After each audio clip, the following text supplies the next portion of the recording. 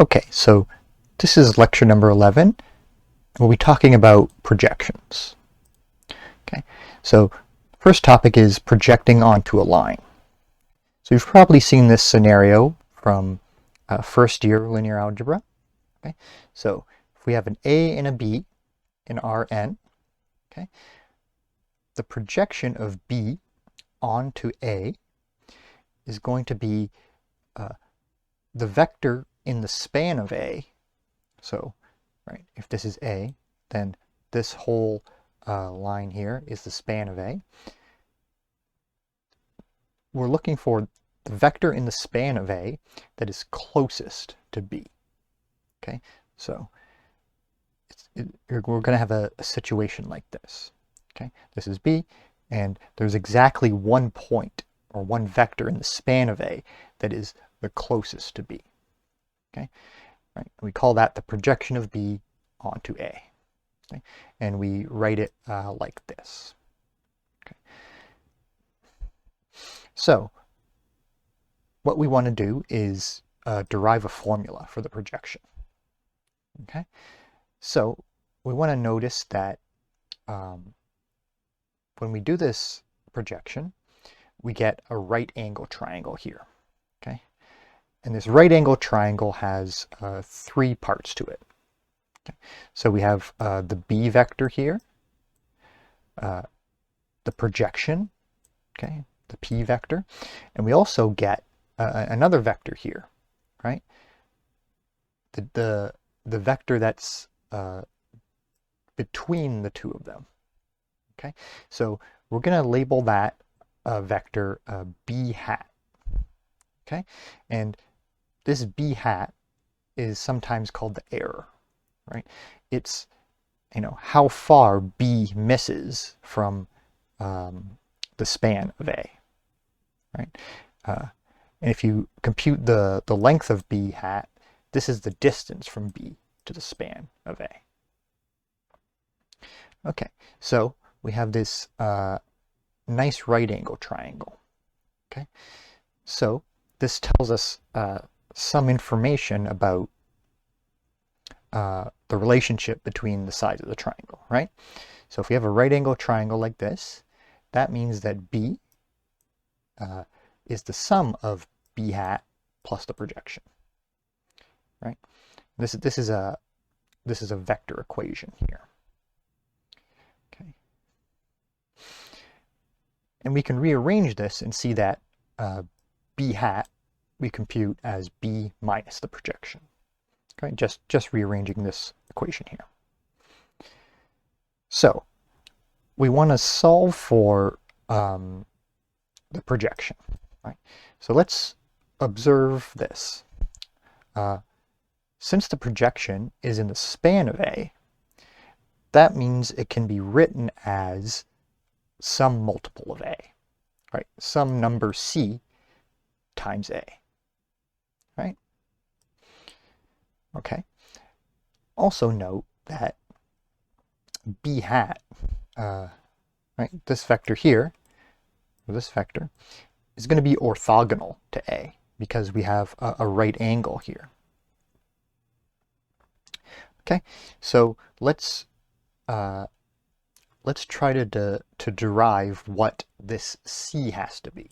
Okay, so if we know what this C has to be, then we'll have a formula for the projection, right? Okay, so this is how we derive it. Okay, we start with the fact that A is orthogonal to B hat. Okay, in other words, A dot product B hat equals 0. And then I use this equation. I know that B hat equals B minus the projection, right, from the right angle triangle, right? So I'm going to sub in B hat equals B minus the projection. Okay. Now remember that the projection is a multiple of A. So I'm going to write CA. So I substitute in P for CA. And then I expand using the dot product. Okay, the distributive law of the dot product.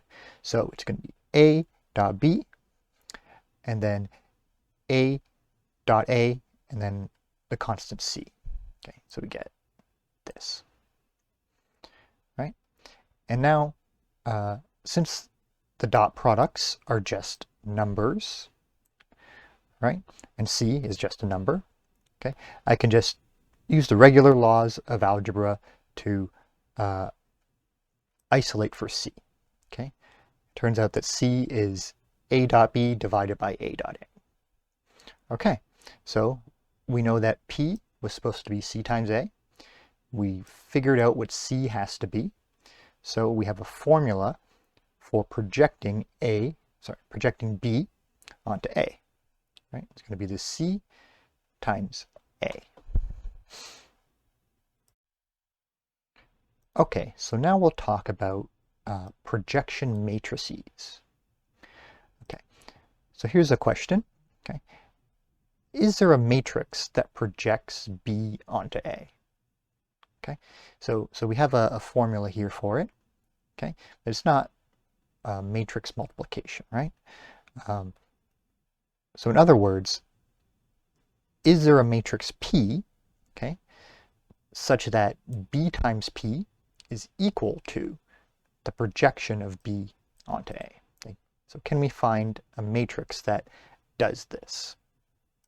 Okay, so the answer is yes, and here's how we show how we can do this. Okay, so P is equal to the projection of B onto A, okay? And as above, we showed that it's going to be this number, a constant, times our vector A, okay? And so we have a constant times a vector. We're allowed to just switch the order of it, okay? Since it's just a constant. Okay, and now I'm going to remember that if I have the dot product A dot B, it's the same as the matrix product A transpose times B. Okay, so I can translate the dot product to a matrix product and vice versa as I need. Okay, so I'm going to translate the top and the bottom using that. Okay, and now I can multiply A times the top. Okay, just move this to the top here. Get this? Okay. And now I can bump B out of the numerator and just put it to the side here. Right? And all these are equivalent. Okay? And so I just got what I wanted, right?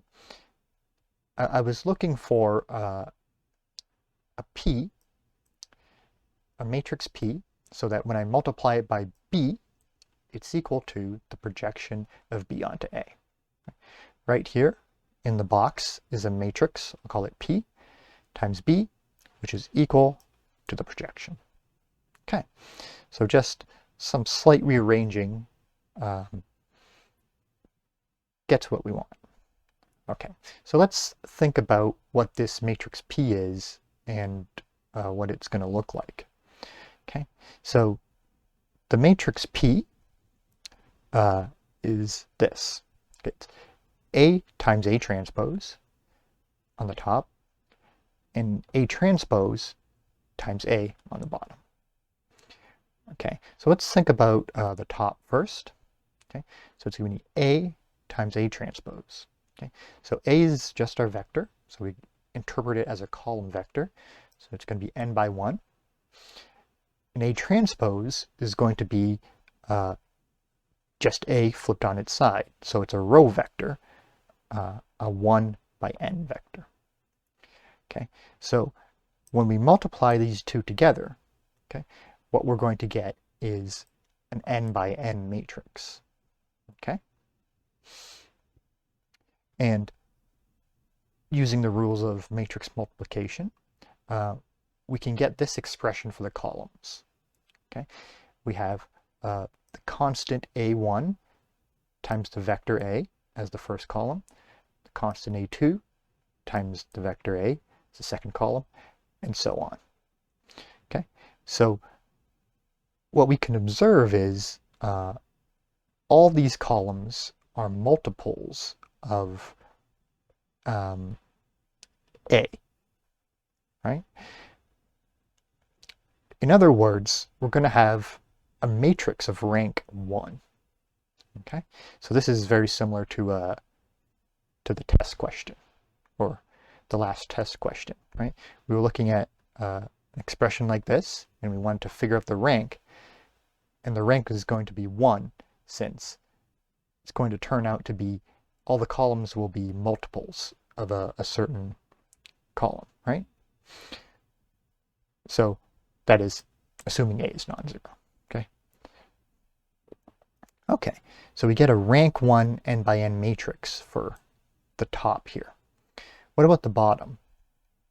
The bottom is A transpose times A, which is the dot product of A times A, right?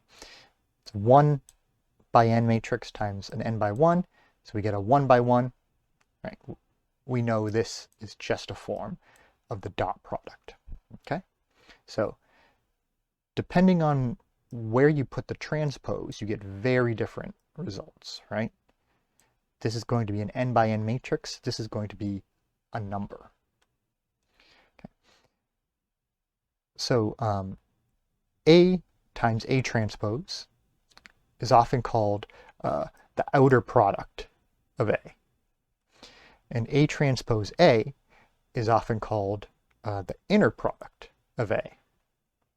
Okay, so you may see that phrase a lot in the book and other sources. The inner product for us is just going to equal the dot product.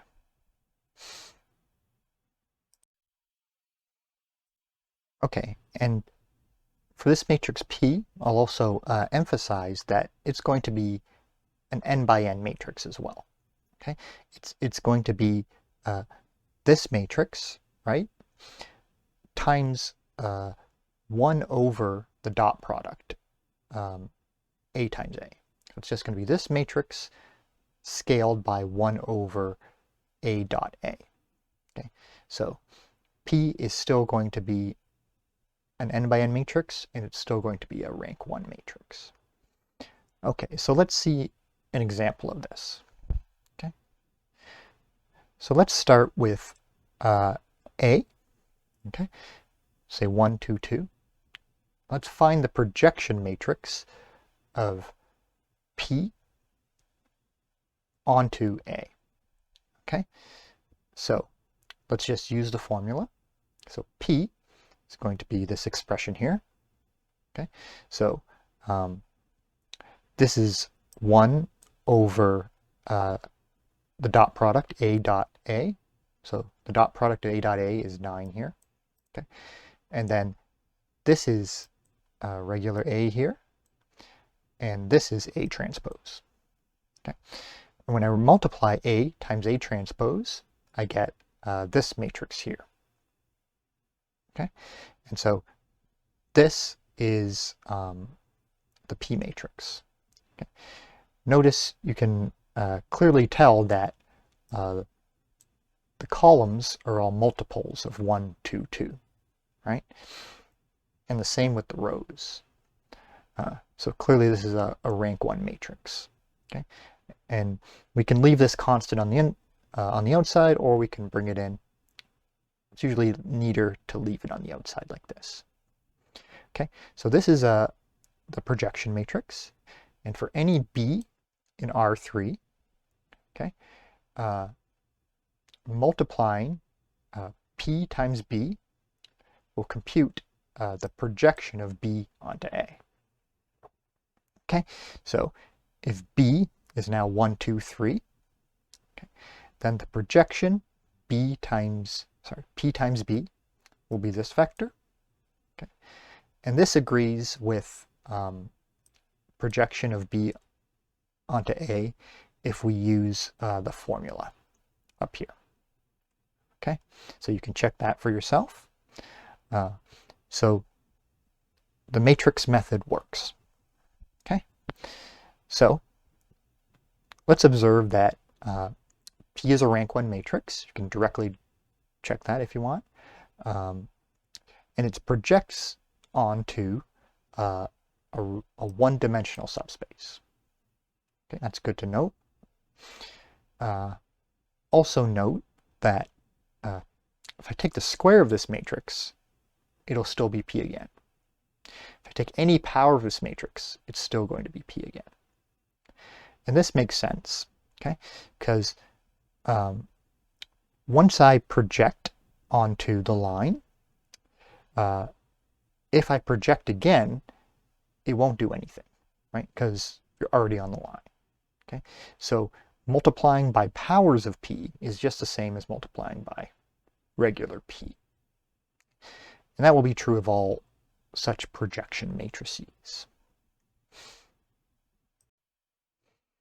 Okay, so now I'll connect this with what we talked about with orthogonal complements. Okay, so let's call the span of A W. Okay, so that's a subspace. P projects B onto W, okay, like that. But if I construct this matrix, okay, I, the identity, minus P, okay, this will project B onto the orthogonal complement of W, W per. Okay, and it's just easy to see from this equation. Okay, so if I have I minus P times B, okay, I just expand it out, then I'll get I times B, which is just B, and then minus P times B. Okay, but this P times B, that's the projection, right? That's the P in this part, right? So that means that this whole thing is equal to B hat, right? Just by the right angle triangle we had up there, okay? And we know that B hat is orthogonal to A, right? And so B hat is in the orthogonal complement of W, right? Okay, so this is our space W, okay? This is our B. If I multiply B times P, it projects it down to W here. But if I multiply B by I minus P, okay, it instead sends it to the orthogonal complement. Okay, it maps it to B hat, which, as we've shown, is in the orthogonal complement because it's orthogonal to A, right? Okay, so we know how to project a vector onto a one-dimensional subspace. Okay, how do we do it for higher dimensional subspaces? Okay, so let's suppose we have A1 through AQ in Rn, and we'll also suppose that the A's are independent. Okay, now to make our subspace, we're going to take the span of the A's. Okay, since we're assuming they're independent, we know the dimension of this subspace will be Q. So if I have a vector B in Rn, how do I compute the projection of B onto W, this Q-dimensional space? Okay. And like I said, if Q equals 1, we just have one vector in the span. This is just projecting onto the line. W equals the span of A1. Okay, so we already know how to do this. So here's the picture for Q equals 2. Okay, so assume I have independent A1 in A2. Okay, so when I take the span of it, I will get this plane here. Okay, a two-dimensional plane called, and I'll call it W. Okay, and so here's the problem. If I have B here, which is not in the plane, okay, what is the P inside the plane that's closest to B. Okay? That will be the projection of B onto W. Okay? And as before, doing this projection gives us a right angle triangle, and it gives us another vector B hat, the error between B and the plane. Okay, so let's describe our problem. Okay, so this is the case of q equals 2, but we'll describe the problem for any q. Okay, so the projection P is going to be within W. It's going to be within, the plane here. Okay, so that means it's a linear combination of the A's that are a basis for that plane. Okay, so I can write the projection as C1 times A1 plus C2 times A2 all the way up to CQ times AQ, right? Just like in the one-dimensional case, P was equal to C times A, right? Now we have more A's. Okay, so we want to find the C's that make this P closest to B. Okay, so this is how we'll do it. We'll consider the matrix A, which is formed by setting A1 through AQ as the columns. Okay. And what we're looking for is the vectors C, which are the weights here, okay, such that P equals AC. And we have this P is closest to B. Okay. So this line here is exactly the same as the line up here, except I'm putting the A's into a matrix and writing it as a matrix equation instead of a vector sum here. But these two are equivalent. Okay, so again, we're going to observe that we have a right angle triangle here, okay, where B is the hypotenuse, and the other two sides are B hat, and the projection P, okay, which we note is equal to A times C. Okay. Before it was little a times C. Now it's the matrix A times C because we have more A's to account for. Okay, and from this right angle triangle, again we get that B equals P plus B hat. We also get that B hat equals B minus AC. Okay, just rearranging for this and using AC instead of P. Okay. Again, we have that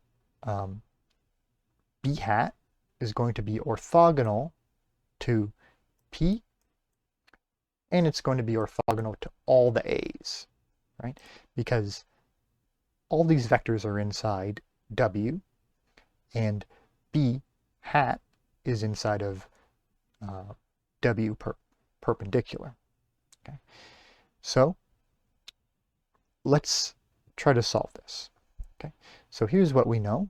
We know that each A dot B hat is 0, okay, because they're perpendicular. So we have Q many equations here. Okay. Now I notice that I can write these equations as a matrix equation in the following way. Okay, so consider this matrix equation. Okay, it's the same thing as these equations. Okay, just try it out. Okay, so we have in our first row we have A1 transpose. Okay, and so if I want to multiply this matrix times this vector, I can use the dot product rule. Okay, so it says that A1 transpose times b hat is equal to 0. Okay? And that's equivalent to a1 dot b hat is equal to 0. Right? Similarly, a2 transpose times b hat is equal to 0 gives this equation. So these two describe the exact same equations. One is just a list of equations, and one is a matrix equation. Okay? So let's think about what this matrix here actually is. What it is A transpose, right? A has A1 through AQ as the columns, right? If you flip the rows in the columns, now you'll have A1 as a row, the first row, and then A2 as the second row, right? And we have to transpose them to specify they are rows now. Okay, so we have A transpose times the vector b hat equals the 0 vector. These are the same. Now I'm going to use this form of b hat. Okay, I'm going to substitute that into here. Okay, and then I'm going to expand the equation out, distribute. Right, so I'll get A transpose B minus A transpose A, and then C. Okay. Now, I bring the A transpose B over the other side, that I multiply by -1, and I get this expression. Okay, so remember I want to isolate for the C vector, right? So what I'm going to do is left multiply on both sides of this equation by the inverse of A transpose A. So I put A transpose A here, right? And then it's times, I put the inverse of A transpose A right here. And so it's multiplied by A transpose A. So those two cancel out. And I left multiply this side by it as well. Okay. And that isolates for the vector C. Okay, so since the projection P is equal to A times C, right, where C equals this, that means we get this expression, right? And then I can isolate for the matrix P, which is the projection matrix. Okay, so this P here is going to be the projection matrix for these vectors, A1 through AQ. Okay, and so one thing you might have wondered is, here I'm left multiplying by an inverse. Is this matrix actually invertible? In fact, it always will be. Okay, so if we have a matrix A whose columns are independent, okay, A might not be square, but A transpose A will always be square. Okay, here it'll be a Q by Q matrix, and it will always be invertible if the columns of A are independent. Okay, so that's a good practice homework or a good test question to check. Okay. Okay, so we've computed an expression for the projection matrix for projecting a vector B in Rn onto a subspace W, okay, where that W is the span of the A's, in other words, the column space of this A here. Okay, so let's state a theorem, and this will describe what P is and what it does. Okay, so let A1 through AQ be vectors in Rn, assume they're independent, and then write the matrix capital A which sets those vectors as columns. So the projection matrix P has this form. Okay? It is going to be an n by n matrix. Okay? It's going to have rank Q, the number of vectors here, and it's going to project any B in Rn onto W, which is the span of these vectors, or the column space of A. Okay? And W is going to be a Q-dimensional subspace. Okay, so we write it like this. Okay, so let's see an example of this P matrix. Okay, so let's use these two vectors, A1 and A2. Okay, and we'll form the matrix A, which just sets them as columns. Okay, so if we want to write the projection matrix for these vectors, okay, well, we have to compute A transpose A.